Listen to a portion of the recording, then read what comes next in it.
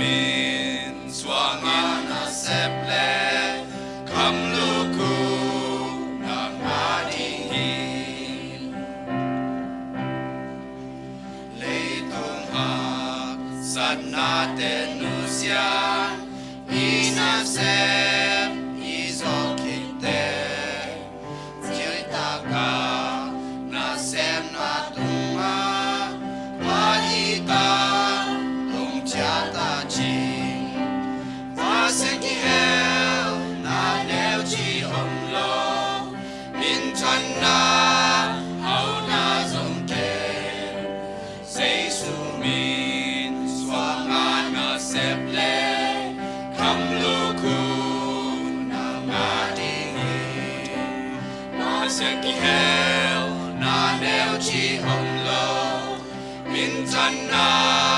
hao na zong ke Say su min swang an na sep le Kam lu